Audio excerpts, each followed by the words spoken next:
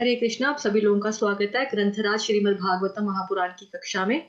सत्र का शुभारंभ हम पहले श्री मंगलाचरण के साथ आरंभ करेंगे।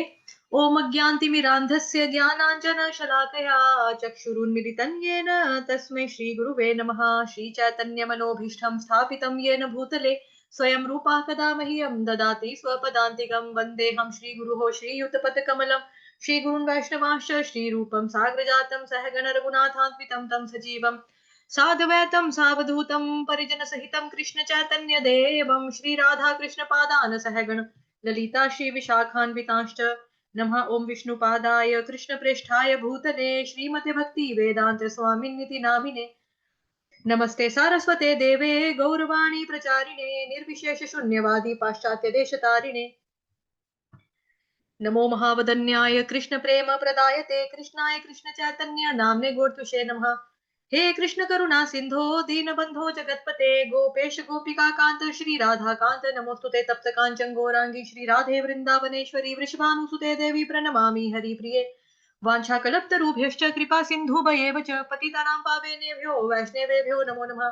जय श्री कृष्ण चैतन्य प्रभु नित्यानंद श्री अद्वैत गदाधर श्रीवासादि गौर भक्त वृंद हरे कृष्ण कृष्ण कृष्ण हरे हरे हरे राम राम राम हरे हरे हरे कृष्ण कृष्ण कृष्ण हरे हरे हरे राम राम हरे हरे हरे कृष्ण कृष्ण कृष्ण हरे हरे हरे राम राम हरे हरे। ग्रंथराज श्रीमद् भागवतम महापुराण की जय। श्री कृष्ण चंद्र भगवान की जय। श्री कृष्ण चैतन्य महाप्रभु की जय। तो आप सभी लोगों का स्वागत है आज के सत्र में।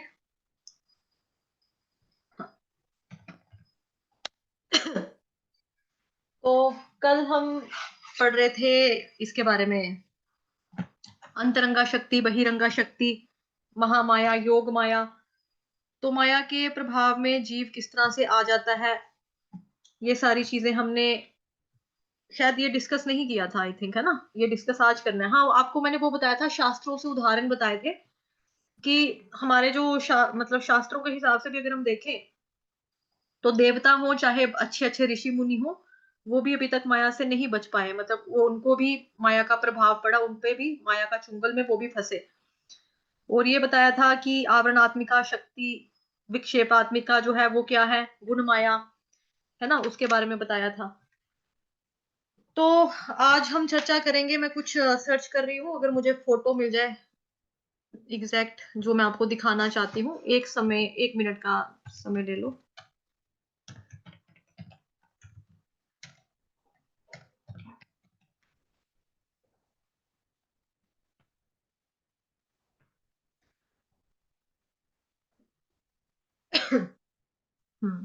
ठीक है, मिल्की पिक केक तो जो मैं दिखानी है।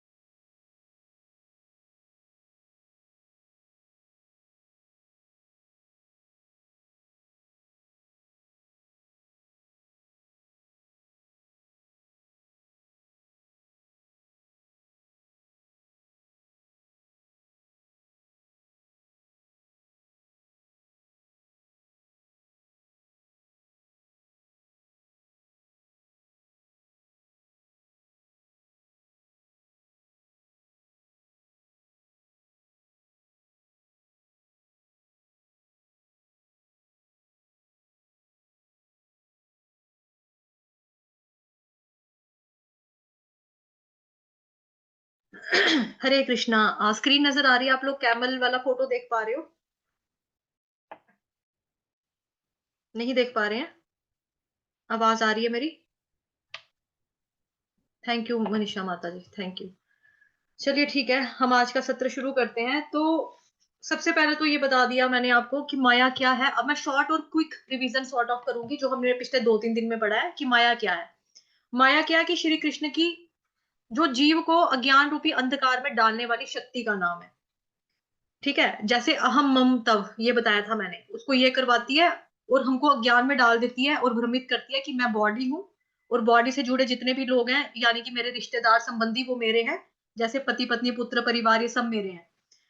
फिर हमने देखा था कि माया का उग्र स्वरूप क्या है, तो उसके लिए हमने शास्त्रों से बहुत सारी एग्जाम्पल्स जो थी वो आपको बताई थी, जिसमें मेन नाम जो थे एग्जाम्पल्स के सोभरी मुनि थे, ठीक है, उसके बाद भरत महाराज थे, जैमिनी ऋषि थे, राजा चित्रकेतु थे, नारद मुनि की 2 एग्जाम्पल्स थी कि कैसे वो विवाह के समय पर भी ऐसे हुआ था, है ना।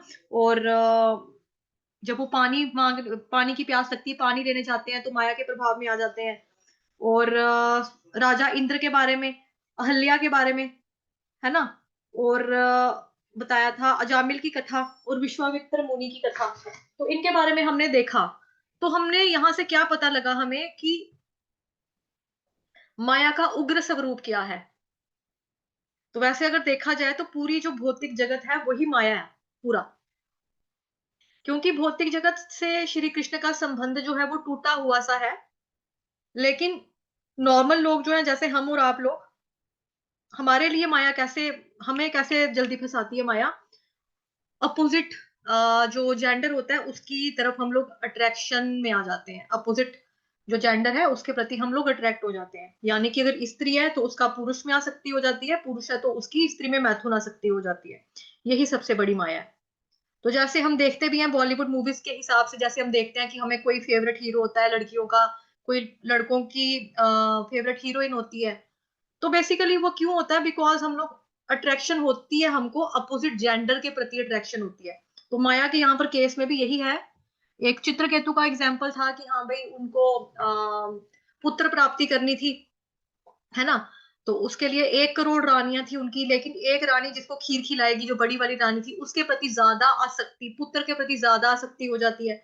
नारद मुनि के केस में भी देखा, सुंदर लड़की से विवाह करना है ना। फिर उसके बाद जो जैमिनी ऋषि थे उनके उनके केस में भी यही सेम चीज थी। और जो वो थे सोभरी मुनि थे, वो तो मछलियों को देखकर ही उसके सोचने लगे कि भाई मैं भी करूंगा।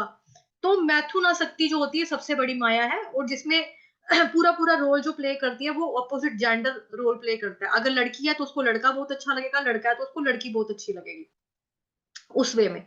तो ये माया का उग्र स्वरूप हो गया।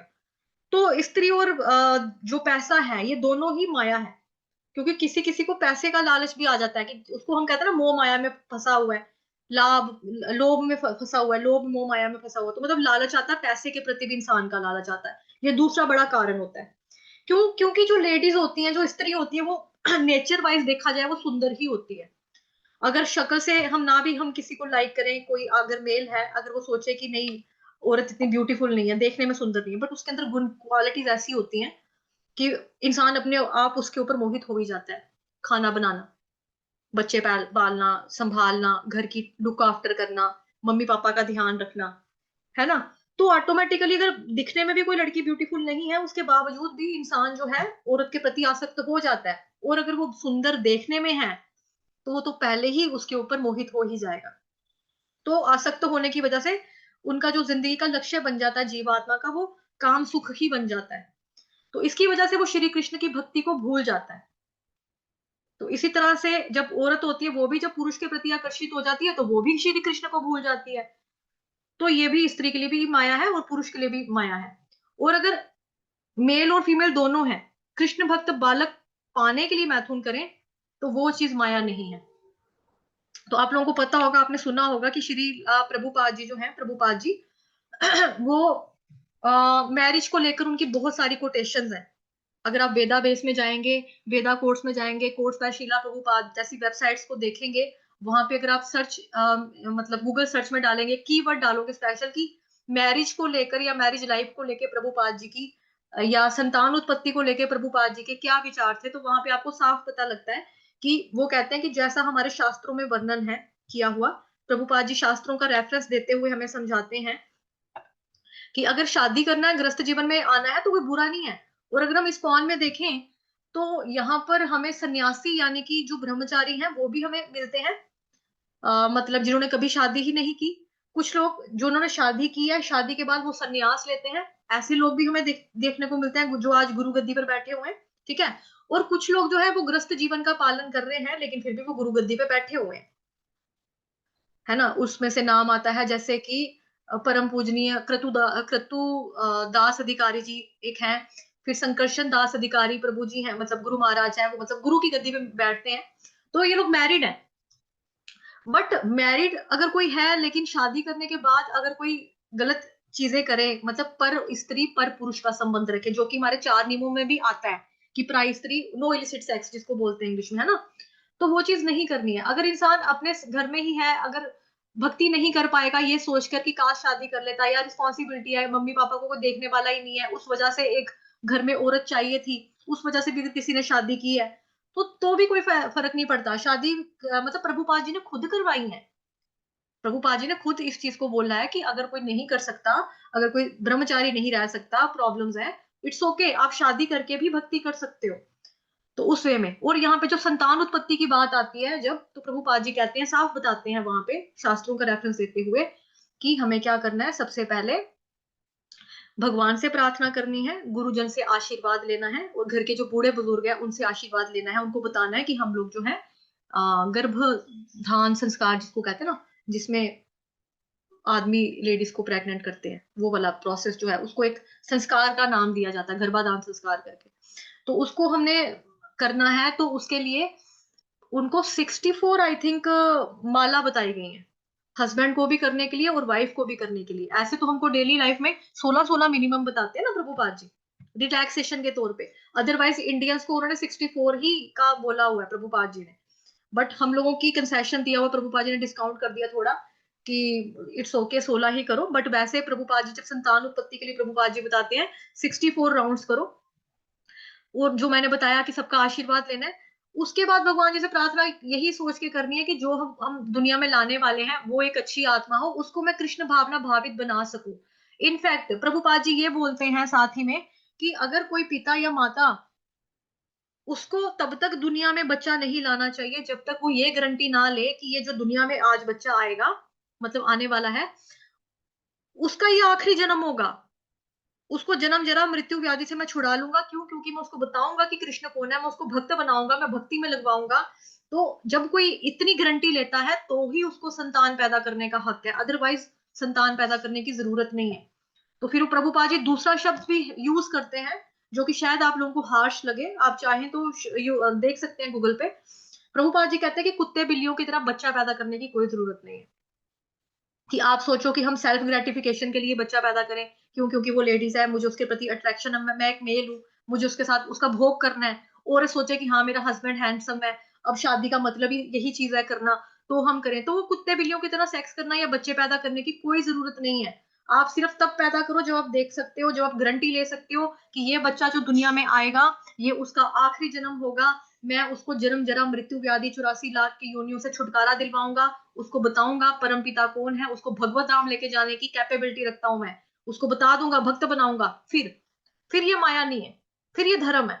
अगर तब आप कर रहे हो, ये चीज कर रहे हो, तब आपका स्त्री और पुरुष के प्रति कोई अट्रैक्शन भी है तो ये रॉन्ग नहीं है, तो ये ठीक है ना, ये चीज ठीक है। उसके बाद हमारे पास सवाल आता है कि माया जो है वो जीव को क्यों मारती है। अब जैसे अभी मैंने एंड कहाँ पे किया कि मेल जो है घर का, या स्त्री जो है उसको पता है कि भगवान कौन है और मैंने अपने बच्चे को भक्ति में लगाना है।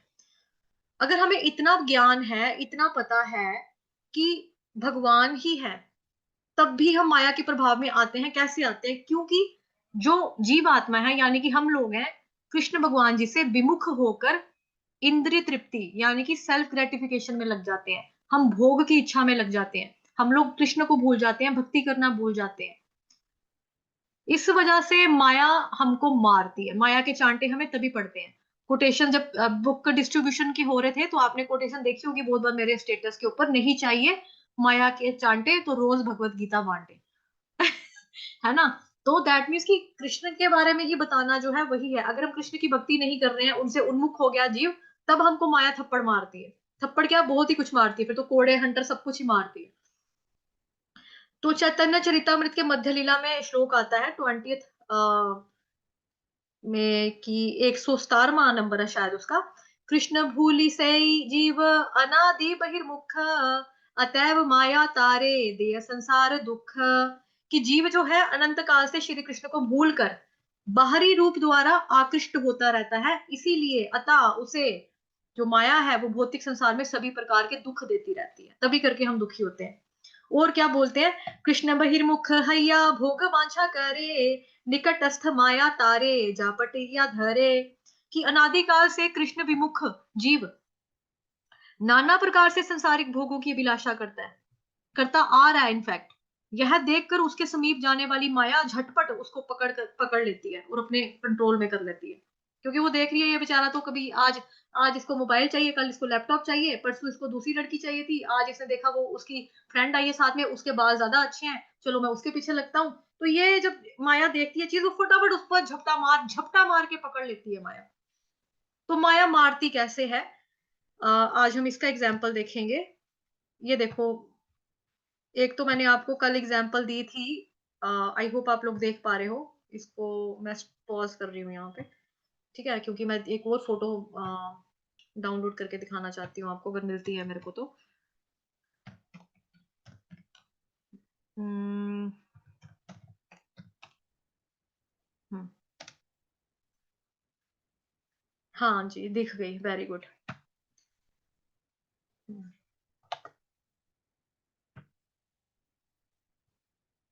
एक सेकंड, बस 1 मिनट लगेगा, क्योंकि देखो समझाऊंगी थोड़ा आपको, देखोगे ना तो आपको समझ में चीजें अच्छे से आ जाएंगी कि मैं क्या बताना चाहती हूँ। ठीक है, मैं 1 मिनट, क्यों लटक क्या मोबाइल कंप्यूटर। आई होप अब आप लोगों को नजर आ रहा है, आप लोग समझ पाए। ये देखो, नजर आ रहा है कुछ न्यू शेयर, क्या नजर आ रहा है आपको? मैं किसी को अनम्यूट कर रही हूँ, जिनके घर में शोर नहीं है वो लोग अनम्यूट हो सकते हैं। आई होप आपको क्या नजर आ रहा है, चैट बॉक्स में लिख दो, शाबाश। नो, नजर नहीं आ रहा है, ओके। अभी आ रहा है, यस, ओके ठीक है। अब आप क्या देख पा रहे हो कि एक गधा है, उसके आगे गाजर लगाई हुई है। ये कल एग्जाम्पल मैंने आपको अच्छे से एक्सप्लेन किया था कि माया कैसे मारती है, कि जैसे गधा होता है ना, उसके आगे गाजर लटका दी जाती है, और पीठ के ऊपर जो धोबी होता है उसने सामान लादा होता है कि जाओ आप। वो सोचता है कि हाँ आज मैं गाजर खा लूंगा, आज मुझे मिल जाएगी, वाह कितनी जूसी गाजर है, कितनी अच्छी होगी, रेड रेड गाजर है, वो उसी में लगा रहता है, कितने किलोमीटर चलता रहता है, उसको पता भी नहीं चलता। सेम चीज जो है मनुष्य के साथ होती है। ये देखो यहाँ पे, अब देखो यहाँ पर क्या है, यहाँ इंसान है। स्क्रीन चेंज होगी ना, आई थिंक स्क्रीन चेंज होगी, तो प्लीज आप लिख दो यहाँ पे कि हाँ हो गई है, स्क्रीन चेंज हुई, ओके थैंक यू। अब यहाँ पर क्या है, यहाँ पे आप जो गधा देख रहे हो वो ह्यूमन डंकी दिख रहा है एक तरह का। देखो, क्योंकि उसके 2 पाँव हैं, हाथ में अटैची पकड़ी है, सूट बूट, ये टाई पहनी है, शर्ट पहनी है ना, और वो जा रहा है आगे। तो उसको भी एक गाजर का पपलू दे के रखा, पपलू पपलू समझते हो, समझ गए ना पपलू, मतलब कि एक तरह का ठग रहे हैं। जैसे बच्चे को लॉलीपॉप दिखा तो देते हैं इंजेक्शन लगवाने के टाइम पे, बट देते नहीं है खाने के लिए, बस दिखाते हैं ये लगवा ले तुझे लॉलीपॉप मिलेगा, बैलून लेके दूंगी, पर देते नहीं है लेकर। तो ऐसा ही उसके साथ भी हो रहा है यहाँ पे। ये जो इंसान है ये टारगेट्स को अचीव करने में लगा हुआ है, पहले बचपन से, आज बस मुझे ये डिग्री मिल जाए, ये करियर हो जाए, बस मैं उसमें मेरे को एंट्रेंस क्लियर कर लूं, अच्छा बस मैं अब ये बन जाऊं, ये बन जाए, बस मेरा प्रमोशन हो जाए, बस मेरा बोनस हो जाए। ऐसे करते करते करते करते वो भी इसी दौड़ में लगा हुआ है पैसे कमाने के लिए, बट भगवान की भक्ति करने के लिए समय नहीं है। तो ये चीज है, जैसे गाजर के लालच में धोबी सारा सारा दिन काम करेगा, बट उसको मिलता नहीं है, खाने की बारी आती है तो गाजर मिलती नहीं है उसको, खाने के टाइम पे लात ही खाता है बेचारा। और ये दूसरा एग्जाम्पल आपको नजर आ रहा है कैमल का, कैमल दिखाई दे रहा है ना, कैमल की नजर आ रही है ना फोटो। कैमल के केस में क्या होता है, ऐसे ही हमको माया जो है अपने चंगुल में फंसाती है, जैसे ये ऊंट फंसा हुआ है। ऊंट क्या कर रहा है, यहाँ पे कांटों को खा रहा है। ऊंट क्या कर रहा है, यहाँ पे कांटों को खा रहा है। हम लोग जो है ऊंट की तरह ही है बेसिकली, जैसे ऊंट कांटों को चबाकर क्या होगा, अब वो कंडे खाएगा अगर ऊंट, तो कंडे खाने से कांटे खाने से क्या होगा, उसकी जीभ कटेगी, उसके मुंह फटेगा, कहीं कहीं से सुराख होंगे, तो क्या निकलेगा, उसको खून निकलेगा। और खून निकलेगा तो खून, उसके मुंह से ही खून उत्पन्न हो रहा है, मुंह में ही जा रहा है खून, तो वो सोचेगा वाह कितना टेस्टी है ये। क्योंकि ऊंट जो है रेगिस्तान में रहता है, पानी बड़ी मुश्किल से पी पाता है, तो ऐसे में इसको जो लिक्विड मुंह में मिलेगा, टेस्ट मिलेगा, खून का टेस्ट होता है ना थोड़ा, अगर आप लोगों ने कभी खाया पिया हो खून खुद का, कई बार होता है अचानक कट लग जाए कहीं पे, तो लोग अपनी उंगली मुंह में डाल लेते हैं, होता ना। तो खून का एक जो टेस्ट होता है, वो टेस्ट जो है ये आदमी, ये जो टेस्ट है, टेस्ट जो ऊंट है, वो लेने के बाद क्या सोचता है कि वाह कितना अच्छा ब्लड है, कितना टेस्टी है ये। उसको ये नहीं पता कि ये मेरा खुद का खून है। तो इसी तरह से हम लोग क्या करते हैं, इंद्रिय तृप्ति कर कर हम खुद ही अपने दुखों को न्योता देते हैं कि आओ जी। हम लोग खुद ही अपने दुखों को न्योता देते हैं। जो ये एग्जाम्पल हम देख रहे हैं ना, ऊंट का देखा, गधे का दिखाया, तो इसी तरह से हम लोग भी हैं।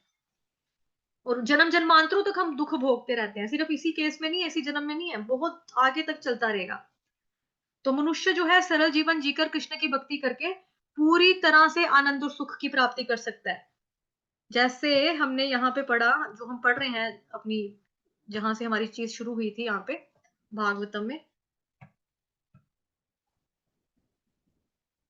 ये देखो, मृग मरीचिका में वास्तविक जल नहीं होता। जैसे रेगिस्तान का एग्जाम्पल दिया, वहां पे जल तो नहीं होता, लेकिन जल का भास रहता है, वास्तविक जल तो कहीं अन्यत्र रहता है। तो कृष्ण की भक्ति करके हमको वो जल पी सकते हैं, आनंद जो है हम ले सकते हैं, सुख की प्राप्ति हम कर सकते हैं। सुख की तलाश करना गलत नहीं है, गलत जगह पे सुख ढूंढना ये गलत है। जैसा कि मैंने कल भी एग्जांपल दी थी, अगर हम दवाई की दुकान पे जाके बोले सब्जी पैक करके दो हमको, कहाँ से सब्जी देंगे वो, ऐसे ही। तो इसी तरह से संसार सुख के प्रति आकर्षित होकर इंसान विवाह करता है, बच्चे उत्पन्न करता है, पूरे संसार का बोझ अपने कंधों पे ले लेता है। फिर बहू आती आदर नहीं करती है, जो दामाद होता है वो आपको लालची मिल जाता है कि बार बार वाइफ को बोलेगा, मतलब आपके बच्चे को बोलेगा दहेज लेकर आ, और लेकर आ, स्कूटर लेकर आ, फ्रिज लेकर आ, डिमांड्स। तो बूढ़ा हो जाने के ऊपर अपने घर वाले जो होते हैं खुद ही बेकदरी करते हैं, किस तरह से, जैसे एक बूढ़े बैल की होती है, वैसे बूढ़े बैल का जिस तरह से तिरस्कार किया जाता है, उसी तरह से इंसान का हो जाता है। तो माया है कौन है वास्तव में? माया जो है ये इतनी जो स्ट्रांग है, शक्तिशाली है, ये शंकर भगवान की पत्नी दुर्गा देवी है, और श्री कृष्ण भगवान की बहिरंगा शक्ति है। आई थिंक इतनी एग्जाम्पल देने के बाद आप लोग जिंदगी में कभी नहीं भूलोगे अंतरंगा क्या है और बहिरंगा क्या है, बिकॉज आगे पूरा यही था। और थोड़ी सी टफ लैंग्वेज में है, मतलब टफ तो नहीं है, मतलब टफ तो नहीं लगेगी उनके लिए जिन्होंने पूरी भगवत गीता पढ़ी है, जिन्होंने भागवतम का जिनको ज्ञान है, उनके लिए टफ नहीं है चीजें। बट जो पहली बार सुन रहे हैं, जिनको भगवत गीता भी नहीं पता थी, सीधा ही भागवतम के बैच में वो आए हैं, उनके लिए समझना थोड़ा सा टफ हो सकता था, है ना। तो ये चीज, तो माया से हम बच कैसे सकते हैं, अब सवाल ये आता है। अब इतनी डरावनी चीज है तो कुछ तो सॉल्यूशन होगा, मतलब कि दुनिया में काफी लाइलाज बीमारियों का भी इलाज साइंस ने निकाल लिया है, तो माया से कैसे बच सकते हैं? बच सकते हैं हम, कई उपाय हैं। उसमें से एक तो आ गया जी आपका गुरु महाराज की शरणागति प्राप्त करना, प्रमाणिक गुरु की शरण लेना, उसके उनके सानिध्य में जाना, सीखना, उनकी गाइडेंस के अंदर भक्ति करना, उनसे अपने सवाल पूछना, जिज्ञासा करके जाना, ठीक है। तो हम विनम्रता पूर्वक जाना, तो ये चीजें बेसिक हैं जो हमने भगवत गीता में पढ़ी है, वही चीज है। कृष्ण के प्रति अगर आप शरणागति ले लेते हो, कृष्ण के प्रति सरेंडर कर देते हो कि दीन बंधु दीनानाथ मेरी डोरी तेरे हाथ, है ना। ऐसा नहीं है कि हम अगर भगवान की भक्ति करेंगे तो हमको चीजें चाहिए नहीं होंगी, भगवान चीजें अरेंज करके देते हैं। हमको क्या करना है, हमारी अर्जी आगे कृष्ण की मर्जी। बट हमको ये नहीं करना है कि कृष्ण ने नहीं दिया तो हम भगवान हमसे प्यार नहीं करते, अब तो मैं भगवान की भक्ति नहीं करूंगा, ऐसा नहीं करना चाहिए। तो हमको कृष्ण के प्रति शरणागत हो जाना है, सरेंडर कर देना है। नमस्यन्त्यश्च माम भक्त्या नित्य युक्ता उपासते, 9 चैप्टर में शाम को पढ़ाया मैंने, आई थिंक परसों की क्लास में या कल की क्लास में पढ़ा था। तीसरा शास्त्रों का अध्ययन करना है, शास्त्रों का आश्चर्य लेना है हमको, जो हमारी शास्त्रों में चीजें लिखी हुई हैं उसके हिसाब से हमको चलना है, उसके हिसाब से हमको पालन करना है। भगवत गीता और भागवतम इसमें मेन हमारे शास्त्र में आते हैं। साधु संग लेना है, कि association of devotees, A for association of devotees है ना, इस्कॉन में सबसे पहला स्टेप। बी फॉर बुक्स रीडिंग करनी है प्रभुपाद जी की, सी फॉर चैंटिंग करनी है, डी फॉर डाइट यानी कि प्रसादम ही लेना है, ऐसी चीजें। तो साधु का संग अगर होगा तो हमारी भक्ति हो सकती है आराम से। हरि नाम बहुत इंपॉर्टेंट चीज, हरे कृष्ण महामंत्र का जाप जो है वो करना है, केवल वही करना है, क्योंकि हमको पता है हरेर नाम हरेर नाम हरेर नाम केवलम कलो नास्त्याव नास्त्याव नास्त्याव गतिरन्यथा, है ना, बहुत बार सुन चुके हैं हम लोग। और नारद मुनि को बताया है ब्रह्मा जी ने कि कलयुग में इंसान भवसागर से इसी तरह से पार हो सकता है, हरे कृष्ण महामंत्र ही करके हो सकता है। कहाँ पे पता लगता है इसका? कली संतरण उपनिषद में पता लगता है, ब्रह्म नारदी वैरव पुराण में पता लगता है ना। 2 रेफरेंस दे दिए मैंने आपको, वहां पर इनके बारे में पूरी डिटेल बताई हुई है, पूरा जो भी उनके दौरान बातें हुई हैं नारद मुनि के बीच में और ब्रह्मा जी के बीच में, कलयुग के प्राणियों का उद्धार कैसे होगा उसको लेकर वहां पे सारा बताया हुआ है। ठीक है, उसके बाद ये है कि अगर जीवात्मा जो है वो माया में फंसती क्यों है? जीवेर सब रूपे होए नित्य कृष्ण कृष्णेर नित्य दास कृष्णेर तटस्था शक्ति भेदा भेद प्रकाश, ये चैतन्य चरितामृत में मध्य लीला में है। जीवेर सब रूप है कृष्णेर नित्य दास कृष्ण तटस्था शक्ति भेदा भेद प्रकाश, कि जीव अति अल्प है और वह भगवान कृष्ण की तटस्था शक्ति है, और तटस्थ शक्ति होने की वजह से वो कृष्ण से द्वेष करता है कि आप अकेले ही इंजॉय क्यों करें, आप भोक्ता क्यों बने, मैं भी भोक्ता हूं। तो जैसा कि हमने ये परसों स्टार्ट किया था, तो क्या था टॉपिक, क्या क्या थे? अंतरंगा शक्ति, बहिरंगा शक्ति, तटस्थ शक्ति, यानी कि जो जीवात्मा हम लोग हैं, हम लोग क्या करते हैं, हमारा वास्तविक धर्म क्या है, ऐसे मतलब कि जीवात्मा का जीवेर स्वरूप है कृष्णेर नित्य दास, नित्य दास परमानेंट दास, चाहे आप जिस मर्जी योनि में हो, जिस मर्जी दुनिया में हो, आत्मा का स्वभाव वही है कृष्ण भगवान का दास यानी कि नौकर। लेकिन हम क्या करते हैं, हम अपने और नौकर बनाना चाहते हैं, कि मतलब कि भगवान ही क्यों एंजॉय करें, हम भी एंजॉय करेंगे, हमारी खुद की दुनिया हो, गृहस्थी हो, जहां पे हम मालिक हो, ऐसे। कृष्ण भूलि से जीव अनादि बहिर्मुख अतैव माया तारे देय संसार दुख, ये भी चैतन्य चरितामृत मध्य लीला से लिया है। कि जीव जो है मतलब कि स्टार्टिंग से ही क्या करता है कि श्री कृष्ण को भूल कर बाहरी दुनिया के प्रति अट्रैक्ट हो जाता है, तब करके माया उसको हर तरह का दुख देती है। क्योंकि हम देखते हैं ना कि जन्म जरा मृत्यु व्याधि ये तो परमानेंट है, ये तो लगा ही हुआ है, 84 लाख की योनि ये तो लगी हुई है ना। इसके बावजूद जब तक हम मरते नहीं है तब तक हम काफी तरह के दुख कष्ट झेलते हैं। जैसे वो गाजर वाली एग्जांपल बताई अभी, गधे वाली, आज मैं सुख पा के रहूंगा, आज मैं गाजर खा के रहूंगा, बस आज खा के रहूंगा, ये प्रमोशन हो जाए, प्लान प्लान हो जाए, ये मिल जाए, वो अचीव कर लूं, बस घर बसाऊंगा फिर सुखी हो जाऊंगा, बस बच्चा पैदा कर लूं फिर सुखी हो जाऊंगा, बस इसके हाथ पीले कर दूं फिर खुशी खुशी हो जाएगी। ऐसे करते करते करते करते भगवान के बारे में है ही नहीं है। तो ऑलमोस्ट देखो आप, मोस्टली हमारे, अगर आप जाओगे किसी को बोलोगे ना नए इंसान को कि भक्ति करो, कहेंगे टाइम नहीं होता। सबसे पहला रीजन जो लोग देते हैं हमारे को, टाइम नहीं है हमारे पास, क्लास में आना भगवत गीता की भागवत की टाइम नहीं होता, ऐसे ही हो जाता है। बच्चे का स्कूल होता है, फलाने का ये होता है, आपके जीजू ने जाना होता है, टिफिन पैक करके देना होता है, सास को देखना पड़ता है, ससुर को देखना पड़ता है। तो दुनिया में 24 घंटे हर एक व्यक्ति को उतने ही मिले हैं, भगवान ने किसी के साथ घंटे के मामले में कुछ वो नहीं किया है, भेदभाव नहीं किया है। कि आपको 24 घंटे दे दिए थे, मैं भगवान की फेवरेट हूं तो मेरे को 30 आवर्स मिल गए कि ये बेचारी भक्ति करती है, इसको ज्यादा दूंगा समय, ऐसा तो नहीं है ना। भगवान ने सबके लिए 24 घंटे दिए हैं, भगवान ने सबके लिए दिन बनाई है, रात बनाई है, नेचर सबको बराबर का खाना खिला रही, सब कुछ दे रही है, इसलिए। तो कृष्ण के भक्त क्या माया से प्रभावित हो जाते हैं? अभी जैसे हमने शास्त्रों से एग्जाम्पल देखे हमने कि हाँ देवी देवता भी हो गए थे, इसके अलावा जी जो ऋषि मुनि है वो भी हो गए हैं, लेकिन कृष्ण के भक्तों की अगर हम बात करें तो उसमें बच जाते हैं। जैसे अगर आपने सुना है हरिदास ठाकुर जी के बारे में, वो डेली 192 चैंटिंग के राउंड्स करते थे, 192। तो एक बारी एक प्रोस्टिट्यूट आई थी कि मैं इनको गिरा दूंगी भक्ति में और ये मेरे साथ भोग करेंगे, तो बस देख लेंगे। तो फिर उन्होंने बोला, जब उनके पास आती है, तो देखो जो इंसान 192 चैंटिंग के राउंड्स करते होंगे, और वो सिर्फ बेसिक ही अपना जो होता होगा, जैसे ब्रश वगैरह करना, बाथरूम वगैरह जाना, नहाना धोना, भगवान का काम करना, इतना ही समय बचता है, तभी करके 192 राउंड्स तक कोई कर सकता है। हमारी आपकी तरह वो बाकी चीजों में लिप्त नहीं थे, तो वो कर पाते थे।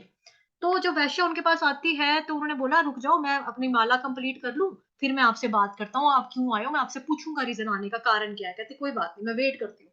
वेट किया, ऐसे करते करते 3 दिन हो गए, तीसरे दिन बेचारी खुद ही उठी, हरे कृष्ण महामंत्र का जाप करती हुई जा रही थी। तो मतलब कि अब ये शुद्ध भक्त है, शुद्ध भक्त की भक्ति का प्रभाव देखो ऐसा है। श्रीला प्रभुपाद जी जो है वो भी हैं। वो कैसे हैं कि देखो बड़े सारे इंसिडेंट्स हैं उनके बारे में, मैं आपको एक ही बताऊंगी जो आपको ऑलरेडी मैंने पहले भी सुनाया था। कि एक बारी क्या होता है कि एक व्यक्ति प्रभुपाद जी के उधर जाता है मिलने के लिए, तो वो देखता है कि प्रभुपाद जी जो है वो फाइनेंस को थोड़ा मैनेज कर रहे हैं, मतलब मैनेजमेंट का बता रहे हैं टेम्पल के प्रेसिडेंट्स को कि ये वाला चेक जो है वो फलानी जगह पे भिजवाना है, उधर से कितना पैसा आया है उसको बैंक में ट्रांसफर करो, ये वाला पैसा जो है ये भगवान की फलानी सभा में लगाओ। तो वो इंसान देख रहा है देख रहा है देख रहा है, और प्रभुपाद जी को कहता है, Prabhupada ji I have a doubt. उन्हें बोला हाँ जी बताओ क्या डाउट है आपको। कहते हैं कि आप तो ऐसे जो बुक्स हैं आपकी उसमें तो लिखा है कि जो भक्त है सततं कीर्तयन्तो मां यतन्तश्रुडव्रताः नमस्यन्त्यश्च मां भक्त्या नित्ययुक्ता उपास्ते। तो भगवत गीता में जगह जगह नित्ययुक्ता उपास्ते की बात हो रही है, तो आप नित्ययुक्ता उपास्ते कहाँ कर रहे हैं? आप कहाँ सततं कीर्तयन्तो मां, ये कहाँ कीर्तन हो रहा है? आप तो पैसों की बातें डिस्कस कर रहे हो यहाँ पे। तो प्रभुपाद जी ने बोला एक मिनट आप अपनी कुर्सी से उठ के मेरे पास यहाँ पर आओ, मेरी पीठ के ऊपर कान लगाओ। जब उस इंसान ने प्रभुपाद जी की पीठ के ऊपर कान लगाया तो उसको आवाज आ रही थी, हरे कृष्ण कृष्ण कृष्ण हरे हरे, हरे राम राम राम हरे हरे। उसको चक्कर आ गया, यार ये क्या है? ये क्या हो गया? तो ये शुद्ध भक्त है, मतलब कि हमको भले ही वो प्रतीत हो कि जो भक्त जन है, यानी कि प्रभुपाद जैसे जो, ये मतलब चलो ठीक है कोई भी भक्त अगर आप लो, हमको प्रतीत होता है जैसे मुक्त आत्मा, जैसे गुरु महाराज है, हमको प्रतीत होते हैं ऐसा करते हुए कि यार ये तो फाइनेंस को डिस्कस कर रहे हैं, ये तो इस वक्त तो इनके हाथ में माला नहीं है, ये तो आपस में बातचीत कर रहे हैं। बट सततं कीर्तयन्तो माय, ये उनके अंदर हृदय में जीभ के ऊपर इतनी ज्यादा उनको प्रैक्टिस होती है, वो खाते पीते सोते उठते जागते प्रतीत होते हैं, बट फिर भी वो हमारे बीच में होते हुए भी हमारे बीच में नहीं होते हैं। क्यों? क्योंकि वो मुक्त आत्माएं होते हैं। ऐसे अम्बरीश महाराज जी का एग्जाम्पल आता है। अगर हम इनके जैसा बनने की कोशिश करें, पद चिन्हों पे चलने की कोशिश करें, इनकी गाइडेंस में रहकर इनकी तरह भक्ति करें, इनसे आशीर्वाद मांगे, भगवान से आशीर्वाद मांगे कि हमें भक्ति वैसी चाहिए, उनके चरणों का अगर हम सहारा ले लें तो हमको माया नहीं डसेगी, हमको माया नहीं मारेगी। ठीक है? तो इसके लिए यही चीज है, प्रमाणिक गुरु की आवश्यकता है हमको। प्रमाणिक गुरु अगर हम रखेंगे तो फिर हो सकता है हमारा उद्धार हो जाएगा, अदरवाइज नहीं होगा। तो माया से मित्रता कैसे कर सकते हैं हम, फ्रेंडशिप कैसे करें माया से? अभी बहुत इंपॉर्टेंट बात है, माया से फ्रेंडशिप कैसे करें? जो भी माया की वस्तुएं हैं, ठीक है, माया की वस्तुएं मतलब कि अब आपके केस में आपको पता है कि आपके ऊपर माया कैसे आके अटैक करती है, वो आपको पता है। मान लो कि मैं हूं, मुझे लगता है कि मेरे केस में माया जो अटैक करती है वो जीभ के स्वाद से अटैक करती है। अगर मैं कहीं पे गोलगप्पे की रेडी देखूं तो मेरा अपने आप खाने का मन करता है। तो एक तरह से इंद्रिय तृप्ति किसकी हो रही है? मेरी जीभ की हो रही है ना। तो मैं माया के चक्कर में आऊंगी। अब मान लो किसी को फिल्म देखना पसंद है, वो कहेगा मेरे को फिल्में देखना पसंद है, आंखों की वजह से वो फंस रहा है। तो इसका क्या मतलब हो रहा है? इंद्रिय तृप्ति की वजह से, माया की वजह से हम फंसते हैं ना। तो फ्रेंडशिप कैसे करेंगे कि जो भी माया की वस्तुएं हैं, चाहे वो आपकी जिस चीज को भी आप लगाना चाहते हो, कानों को, आंखों को, पैरों को, कर्म इंद्रियां, ज्ञान इंद्रियां, जितने भी इसी के थ्रू हम करते हैं ना सारा भोग वगैरह, इन सब का उपयोग अगर हम कृष्ण की सेवा करने के लिए लगा दें, फिर माया देवी खुश हो जाएगी। फिर वो हम जीवात्माओं को छोड़ देती है कि यार ये बेचारा तो कृष्ण का भक्त है, इसके लिए मैं कुछ अरेंज ऐसा करूंगी ये भगवान की भक्ति में लगा रहे। अदरवाइज माया जो है वो तो मौका ढूंढती है, मौका ढूंढती है। आपने अक्सर देखा होगा जब आप भक्ति में नए नए होंगे, क्योंकि भी इसमें काफी सीनियर लोग हैं मेरे से भक्ति में आगे हैं, काफी कुछ तो दीक्षित भी हैं, कि जब हम नए नए आते हैं ना भक्ति में, तो एक एक हाथ में हमारी माला होती है, ध्यान मतलब हमको होता है कि हम माला कर ले, हम भगवान जी की चैंटिंग अच्छे से करें। दूसरी तरफ हमारे मन में होता है अरे सो जा, ठंड लग रही होगी, आजा रजाई में, आजा आजा बोतल गर्म कर, पखा हीटर ऑन कर, लेट लेट मजा आ जाएगा, सो जा थोड़ी देर ठहर के कर लेना। ये भी माया है, ये भी माया है। अगर हम पढ़ने बैठते हैं, मतलब मान लो हम भगवत गीता पढ़ रहे हैं, हम मोबाइल मोबाइल उठाया हमने, मोबाइल पे हम लग गए, ये भी माया है। मतलब कलयुग में डिस्ट्रैक्शन का जो मेन पॉइंट है ना, वो तो मोबाइल फोन तो है ही है, नो डाउट। मतलब कि पढ़ाई आप छोड़ दो, मतलब आध्यात्मिक जगत की पढ़ाई को भूल जाओ, भौतिक जगत की अगर हमको पढ़ाई करनी है, अगर जैसे हम स्टूडेंट्स होते हैं, जब पढ़ते हैं बच्चे है ना, उसमें मोबाइल कितना बड़ा रोल प्ले करता है डिस्ट्रैक्ट करने का माइंड को। और कई बारी ऐसा होता है कि मानो हम पढ़ रहे थे और हमको कोई चीज मुश्किल लगी, कोई वर्ड मुश्किल लगा, और हमने सोचा हम गूगल से डिक्शनरी से वर्ड निकाल के देखेंगे इसका मतलब क्या है। वो मतलब निकालने जाते हैं लेकिन उसके बाद मतलब तो निकलता नहीं है। व्हाट्सएप, इंस्टाग्राम, फेसबुक कितने लाइक आए, कितने कमेंट किए, अच्छा उस दोस्त ने ये पोस्ट डाला है, इसके यार बड़े लाइक्स आए, यार इसके तो बड़े कमेंट आते हैं, मेरे को तो कोई भी नहीं करता। ऐसे एकदम से हम माया के प्रभाव में आ जाते हैं। तो इंद्र तृप्ति हो रही ना आंखों के, हम चाहते हैं कि हमारे भी बढ़े। तो अगर हम कृष्ण की सेवा कर रहे हैं, अपनी इंद्रियों का यूज इस्तेमाल जो कर रहे हैं भगवान की सेवा के लिए कर रहे हैं, कि आंखें आंखों का काम है देखना, हम बोले हम ठीक है हम भगवान के विग्रह के दर्शन करेंगे, देखेंगे आंखों से भगवान को, ठीक है। जीव का काम है बातें करना और स्वाद लेना, दो दो काम है ना। हम कहेंगे हाँ ठीक है, हम जीव से फालतू बातें प्रजल्पा नहीं करेंगे, लोगों की बातें नहीं करेंगे, सोशल बटरफ्लाइज की तरह उसकी लड़की उसके साथ भागी, उसके घर में उसका चक्कर उसके साथ चल रहा है, उसने ये वाला सोने का सेट बनवाया है, मैंने भी किट्टी पार्टी में जाना है, मैं भी ये सेम बनवाऊंगी। इस तरह से प्रजल्पा नहीं करेंगे। हम क्या करेंगे, हरे कृष्ण महामंत्र का जाप करेंगे, कृष्ण की कथा करेंगे। कानों का काम है सुनना, हम लोग लाउड म्यूजिक नहीं सुनेंगे, हम कृष्ण की भक्ति का भजन सुन लेंगे, हम श्रवण कर लेंगे, भागवतम का सुनेंगे, है ना। हाथों से हमको क्या करना है, कुछ काम करना है ना। हाथों से हम भगवान जी के लिए भोग बना सकते हैं, हाथों से हम भगवान का श्रृंगार कर सकते हैं। पैरों का काम है चलना, चलकर कहीं जाना, किसी गलत जगह पे भी जा सकता है कोई, लेकिन हम पैरों का काम करेंगे मंदिर जाने के लिए। तो अपनी इंद्रियों को अगर हमने भगवान की सेवा में लगा दिया, तो हम माया हम हमारी दोस्त बन जाएगी। जैसे भगवत गीता में आता है ना कि माइंड जो है, यानी कि दिमाग, इंसान का जो मन है, ये बंदर की तरह है, ये चाकू की तरह है, ये हमारा दोस्त भी है।